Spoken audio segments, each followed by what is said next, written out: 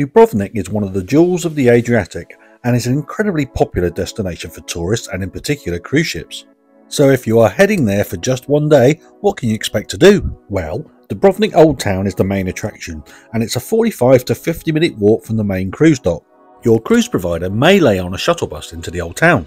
However, if not, don't worry because it's easy to get a bus for only €2 per person each way, with the bus stop immediately outside the cruise dock. These buses are busy but run frequently every 5 to 10 minutes. The ranks of taxis are easy to find at the cruise dock, and an Uber costs about €11.70 each way. Dubrovnik has become a must-visit tourist destination in Croatia, and this has been exacerbated by its use as a filming location for the hit TV show Game of Thrones.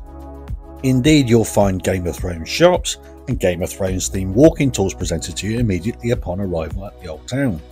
Walking tours are a popular way to see what the Old Town has to offer, and there are some free ones too, as well as those usual fee-paying ones that you can book via your cruise provider. Most visitors enter the Old Town via the Pile Gate, which leads directly to the main street called the Placa, and immediately inside the Pile Gate is the Onofrio fountain, built in about 1438.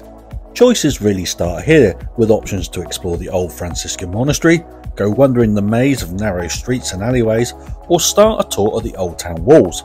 The wall walk is both incredible and incredibly popular, and it does cost €35 per person. It will also take you 2 fairly arduous hours to complete a full circuit of the walls, but it's definitely worth it. The forts and battlements are in pristine condition, and the views across the Old Town are absolutely tremendous. At the other end of the Placa is a favourite meeting place of the locals, the Orlando Column.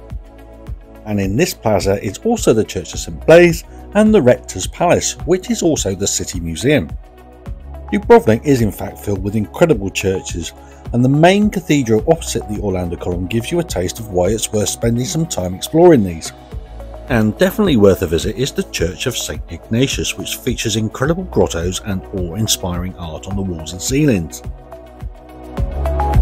The option to explore Dubrovnik's winding and often steep-stepped narrow streets is also a must-do in our opinion. It's absolutely totally worth your time.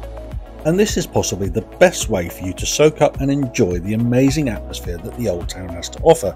There are plentiful cafes and restaurants all dotted down the streets, and there are some incredible bars also, including the amazing Boozer Bar, which is located on rocks outside the Old Town walls. And this is a place where you can enjoy a drink with an incredible view across to Lokrum Island. And on hot days and with some calm seas, this is also a place to cool off with a dip and swim in the Adriatic. However, not when we visited.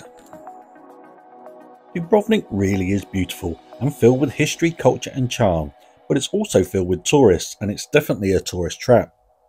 However, this is a place that you can still enjoy and grow to love, despite the throngs of people and the elevated prices.